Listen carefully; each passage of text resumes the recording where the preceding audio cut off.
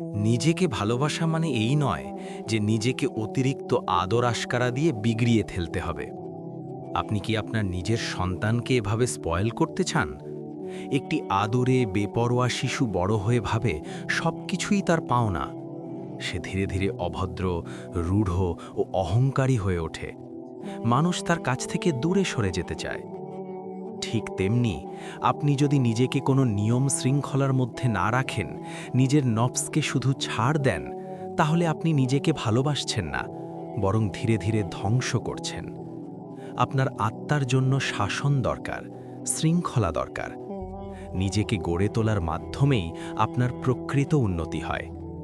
নিজেকে গড়ে তোলার এই পথে কিছু কষ্ট থাকবে, কিছু সংগ্রাম থাকবে। কখনো নিজেকে আটকাতে হবে, কখনো পছন্দের কিছু ছাড়তে হবে। কিন্তু শেষ ফল কি? আপনি চরিত্রে, ঈমানিতে, চিন্তায় একজন উন্নত মানুষ হয়ে উঠবেন। নিজেকে গড়ার প্রথম শর্ত হল নিজেকে চেনা।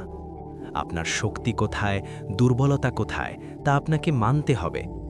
আপনি কি জানেন আর কি জানেন না, সেটাও পরিষ্কারভাবে বুঝতে হবে। নিজেকে জানা মানে হলো আপনার ভেতরে কি এমন গুণ আছে যা দিয়ে আপনি অন্যদের উপকার করতে পারেন, কি দক্ষতা আছে যা আপনি কাজে লাগাতে পারেন, আর কোন জায়গার ঘাটতি আপনাকে দুর্বল করে রাখছে। এই ঘাটতিগুলো যতটা পারেন পূরণ করার চেষ্টা করুন।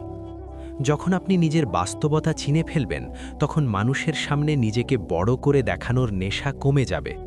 নিজেকে উপস্থাপন করুন বাস্তবে যা আছেন তার চেয়ে একটু কম করে। একেই বলে বিনয়।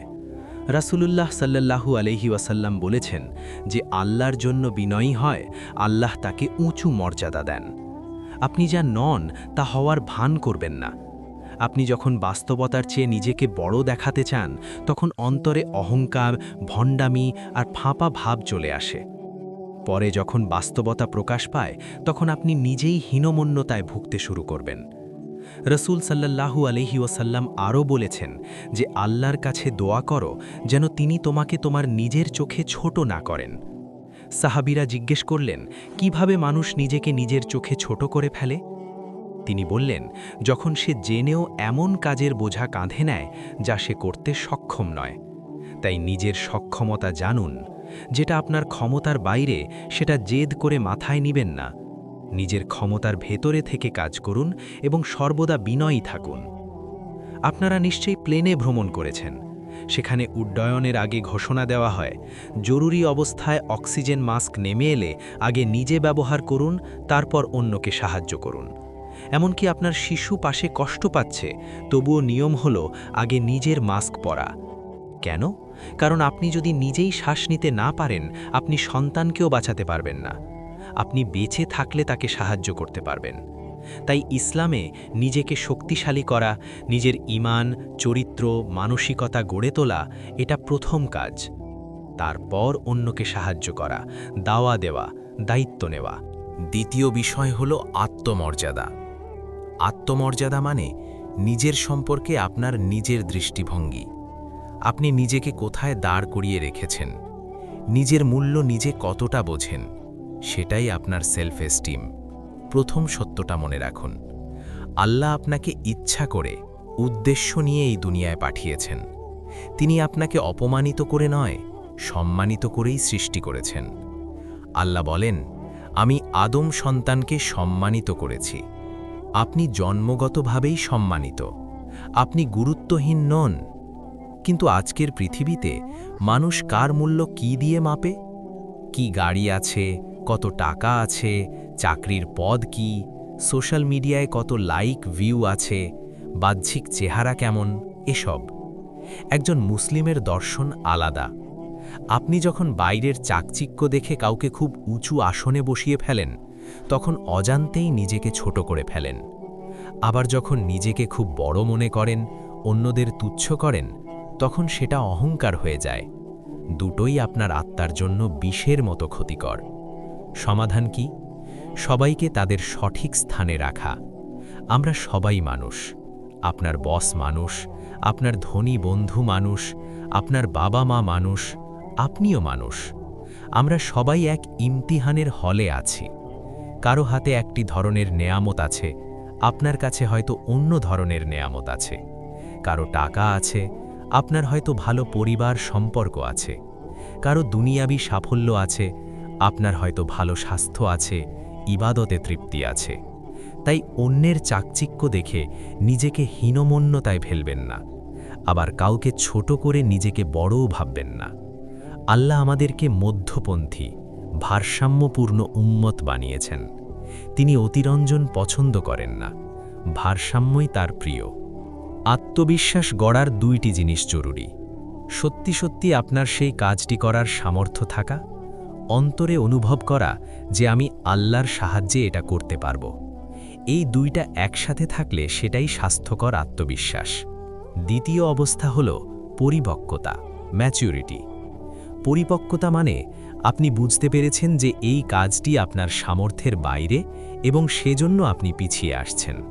যেমন প্রতিপক্ষ অনেক বেশি শক্তিশালী, আপনার প্রশিক্ষণ নেই, সুযোগ সুবিধা নেই, তাহলে সিম্পলি আপনি সেই লড়াই এড়িয়ে যান।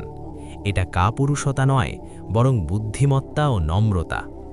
অহংকারের বশে সব জায়গায় হিরো হতে যাওয়াই আসল বোকামি। তৃতীয় অবস্থা হল অতিরিক্ত আত্মবিশ্বাস, ওভার কনফিডেন্স। এখানে আপনি জানেন আপনার সামর্থ্য নেই, তারপরও মনে করেন আমি পারবই এবং বেপরোয়া সিদ্ধান্ত নিয়ে বসেন। এর পরিণতি সাধারণত খারাপই হয়। চতুর্থ অবস্থা হল হীন আত্মবিশ্বাস, আন্ডার কনফিডেন্স। এখানে আপনার সামর্থ্য আছে, দক্ষতাও আছে, কিন্তু কাজের সময় এসে আপনি ভয়, লজ্জা বা দ্বিধায় পিছিয়ে যান। এই জায়গায় একজন মুমিনের করণীয় কি? আল্লাহর ওপর ভরসা করে প্রথম পদক্ষেপ নেওয়া। একবার প্রথম পদক্ষেপ নিলে পরের পদক্ষেপ সহজ হয়ে যায়। উহুদ যুদ্ধের ঘটনা মনে করুন। কুরাইশ মদিনায় আক্রমণ করতে আসছিল। সংখ্যা ও শক্তির হিসেবে মুসলমানরা অনেক দুর্বল ছিল। রাসূলুল্লাহ স্বপ্নে দেখেছিলেন যে শহরের ভেতর থেকে প্রতিরক্ষা করাই নিরাপদ হবে। তিনি মত দিলেন, আমরা মদিনার ভেতরেই থেকে লড়ব। কিন্তু কিছু সাহাবী যারা আগের যুদ্ধে অংশ নেননি, বাইরে বের হয়ে লড়াই করার জন্য খুব আগ্রহ দেখালেন। তারা বললেন, আমরা বাইরে গিয়ে সম্মুখ যুদ্ধে অংশ নিতে চাই। পরামর্শ শেষে মত পাল্টে বাইরে গিয়ে লড়াইয়ের সিদ্ধান্ত হল। রাসূলুল্লাহ যুদ্ধের বর্ম পরে প্রস্তুত হয়ে গেলেন। তখন সাহাবীরা কিছুটা অনুতপ্ত হয়ে বললেন, ইয়া রাসূলাল্লাহ, আপনি যে প্রথমে মদিনায় থাকার মত দিয়েছিলেন, আমরা এখন সেটাই মানতে চাই। তখন রাসূলুল্লাহ বললেন, কোনো নবী একবার বর্ম পরে নিলে আল্লাহ ফায়সালা না করা পর্যন্ত তা খোলেন না। অর্থাৎ সব চিন্তা ভাবনা, সুরা, পরামর্শ করে যখন একটি সিদ্ধান্ত নিয়ে ফেলো, তখন আর অকারণে পিছু হটবে না। আল্লাহর ওপর তাওয়াক্কুল করে সামনে এগিয়ে যাবে। সিদ্ধান্ত নিয়ে বারবার পিছু হটা চরিত্রকে দুর্বল করে দেয়। উহুদ যুদ্ধে মুসলমানরা বড় ক্ষতির মুখে পড়েছিল। অনেক সাহাবী শহীদ হয়েছিলেন, রাসূলুল্লাহও আহত হয়েছিলেন।